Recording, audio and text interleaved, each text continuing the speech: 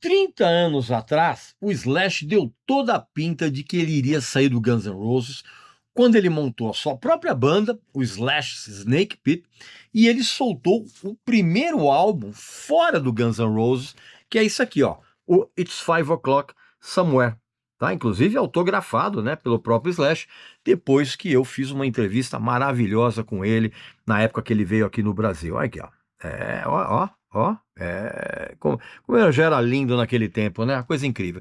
Mas enfim, o que resultou na gravação desse disco e o que aconteceu depois com o Slash dentro do Guns N' Roses é o que eu vou contar nesse vídeo aqui. Presta atenção.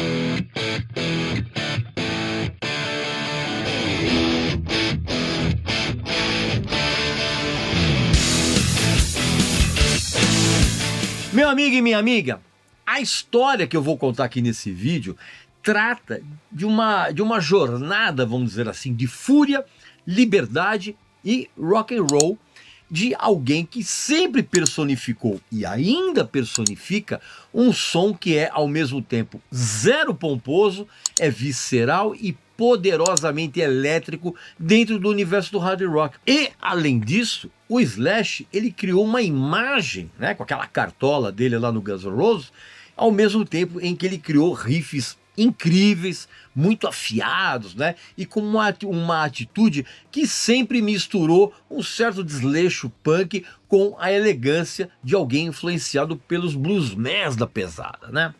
Eu nem vou discutir o fato de que o Slash realmente se tornou uma figura lendária. Só que, como todo grande artista, a trajetória dele nunca esteve livre de turbulências e o imenso descontentamento dele dentro do Guns N' Roses, ali nos meados dos anos 90, seguido inclusive pelo lançamento desse seu projeto solo, né, como eu mostrei aqui, que é o álbum It's 5 O'Clock Somewhere. Tudo isso veio junto com o então Slash Snake Pit. E isso tudo é um capítulo crucial na carreira dele. E eu vou contextualizar isso para você, como eu sempre gosto de fazer. Só que antes, eu tenho uma dica sensacional para você no mês do rock, em que a editora Belas Letras promove o seu Bookstock, né, com o espírito do punk e do post-punk. São 2 lançamentos de livros incríveis e com um descontaço com o já tradicional cupom, né, o Regis Tadeu indica. O primeiro deles é esse aqui, ó, Cured, a história de 2 Imaginary Boys, uma edição com capa dura e com os brindes. É um livro fascinante, escrito pelo baterista tecladista e um dos fundadores do The Cure, junto com Robert Smith, claro, que é o Lou Tolhurst, né? Que ele conta em detalhes inacreditáveis de tudo o que aconteceu com a banda e que ficou longe dos olhos do público, com histórias assim absolutamente de cair o queixo em mais de 300 páginas. Depois, o segundo livro é esse aqui, ó, Paradoxo Punk, Memórias do Greg Graffin, que é escrita pelo vocalista do ótimo grupo Bad Religion, no qual ele revela em 400 páginas a vida dele e da banda antes e durante os primeiros anos do punk californiano, cara. Tudo escrito de uma maneira intelectual e acessível ao mesmo tempo. São 2 livros sensacionais e que vêm com vários brindes. Aqui, ó, vou mostrar aqui para vocês aqui, ó. O Cured, ele vem com marca-texto personalizado, vem com adesivo, né? E vem com, cadê a palheta aqui, ó? A palheta aqui, ó, olha que legal. Palheta do The Cure, tá ok? E o livro aqui do Greg Graffin também vem com os mesmos itens, ó.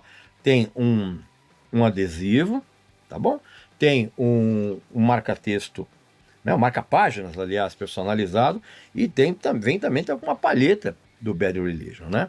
E você comprando esses livros lá no site da Belas Letras com o cupom, você pode ganhar também, olha que legal, um bottom do The Cure e outro bottom do Bad Religion, né? Isso você comprando lá no site da Belas Letras com o nosso cupom.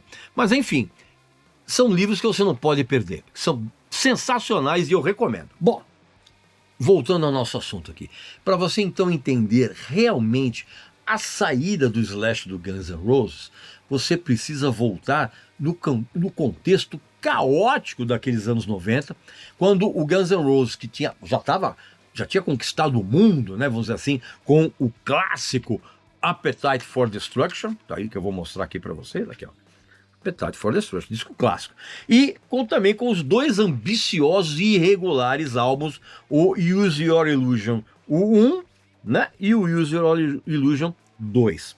Enfim, Guns N' Roses dominava a cena na época, só que tudo começou a implodir por causa do peso dos egos completamente inflados, os vícios sem controle algum e os desentendimentos criativos e pessoais que não tinham soluções agradáveis e muito menos racionais. O ambiente interno no Guns N' Roses, né, assim, era insustentável, com o Axl Rose cada vez mais autoritário, que inclusive ele resolveu assumir um controle totalmente ditatorial sobre a banda, tomando inclusive decisões unilaterais que acabaram demolindo toda aquela camaradagem, né, que reinava ali na banda no começo. Tá? Então o Slash, ele não conseguiu mais reconhecer a banda onde ele estava.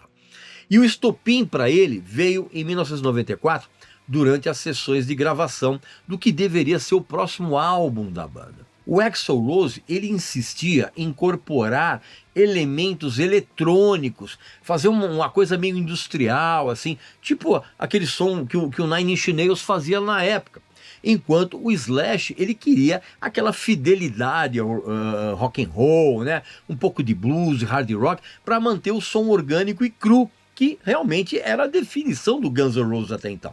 E essa divergência musical, junto com o comportamento completamente errático do Axl Rose, que incluía atrasos constantes, exigências absurdas e a imposição de colaboradores, isso tornou a situação toda insuportável. E o Slash, ele não estava mais se divertindo com a banda, que inclusive a banda havia se tornado uma máquina burocrática e não um grupo de rock. Além disso, os problemas com, né, coisa que não se deve, né, com droga, álcool, aquela coisa toda, já tinha assolado a banda inteira desde os seus primórdios e continuou a corroer a dinâmica interna da banda. E o Slash, ele lutava com o seu próprio vício em heroína, enquanto ele brigava com o Axl Rose, tinha umas discussões horrorosas com o Duff McKagan e com o Matt Sorum, que também estavam enfrentando lá os seus próprios demônios, né, aquela coisa toda, ao passo que inclusive o Axl, para piorar, ele se isolava cada vez mais. Então, quando aconteceu a saída do Izzy Stradlin, que era o principal compositor da banda, em 1991, já havia sido um golpe muito duro para a banda, e a substituição dele pelo Gilby Clarke, embora funcionasse em termos de tocabilidade, nunca preencheu aquele vazio criativo. E o Slash, ele precisava de um canal para expressar a música dele que ele queria, né? E algo que inclusive recuperasse o rock and roll que ele sentia que estava sendo sufocado dentro do Guns N' Roses. Foi então que nasceu o Slash Snake Pit, que foi um projeto que era uma forma do Slash de voltar às raízes dele, sabe? Fazer música que para ele era honesta, sem frescura. E ele reuniu um time de primeira, que era o Eric Dover, que era o ex-vocalista do ótimo Jellyfish, né?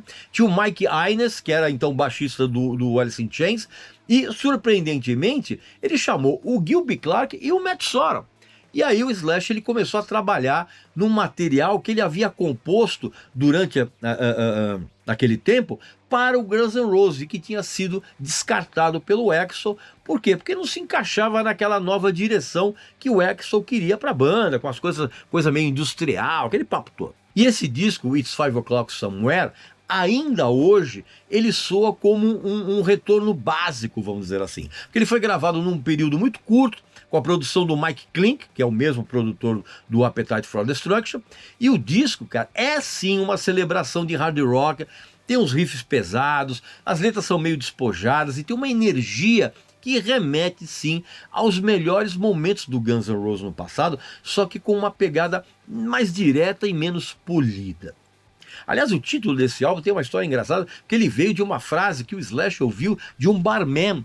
O Slash falou assim que ele já estava na hora de parar de beber, porque já era de madrugada.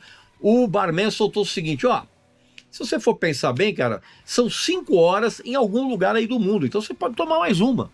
E essa frase ficou na cabeça do Slash e batizou o disco. E se você ouvir o disco nos tempos atuais aqui, você vai perceber, cara, que aquele Slash antigo estava ali se divertindo, principalmente em ótimas canções como Neither Can I, Dime Store Rock e Beggars and Hangers On, inclusive numa vibe que mistura Aerosmith com Rolling Stones, tem um pouquinho de Muddy Waters ali, e tem momentos em que realmente no disco transparece uma energia de jam session, como se ele tivesse sido gravado num porão meio esfumaçado, com os amplificadores ali meio no talo.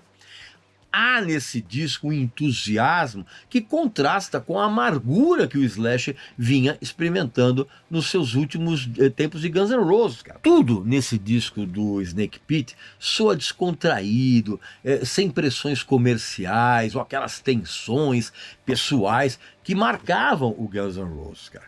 E como eu falei, cara, várias músicas desse disco, como a própria Beggars and Hangers On, tinham sido escritas originalmente para o Guns N' Roses, mas o Axl Rose achou tudo uma porcaria, porque era rock tradicional na cabeça dele. Então, apesar da qualidade desse disco, cara, o Snake Pit ele acabou enfrentando um certo desprezo da própria gravadora Geffen, que inicialmente tinha apoiado lá o projeto solo, mas ela não investiu quase nada na promoção desse disco, já que o outro contratado, Guns N' Roses, era a prioridade da gravadora. E a turnê de divulgação foi bem modesta desse disco aqui, com shows nos clubes, num teatros, muito longe daquelas arenas que o Slash estava acostumado a lidar com o Guns N' Roses. Inclusive, aconteceu um show dele aqui no Brasil, que foi um showzaço, que eu testemunhei aqui em São Paulo, que foi quando eu consegui entrevistá-lo e consegui a foto aqui junto com ele. E foi muito bacana, viu?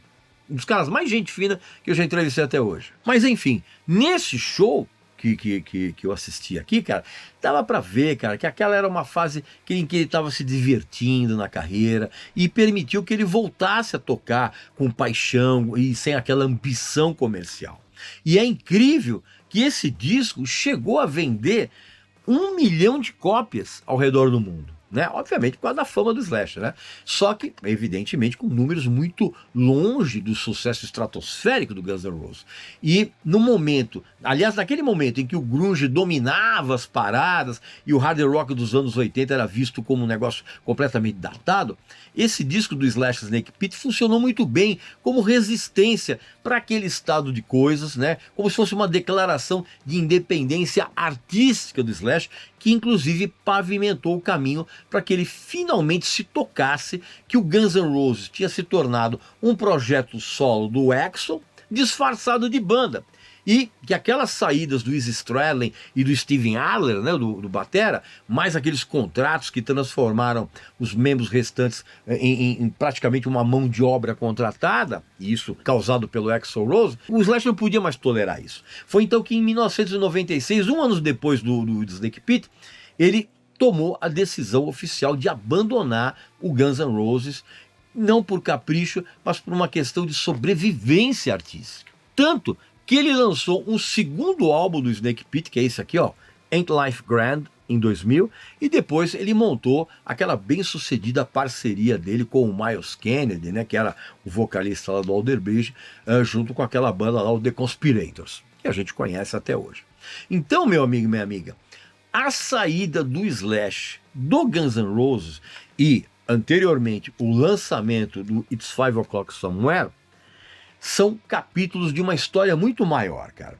A história de um artista que ele se recusou a ser definido por uma única banda, por mais lendária que essa banda fosse, né? E, obviamente, isso não aconteceu sem uma mistura de orgulho, de melancolia e, principalmente, de liberdade artística.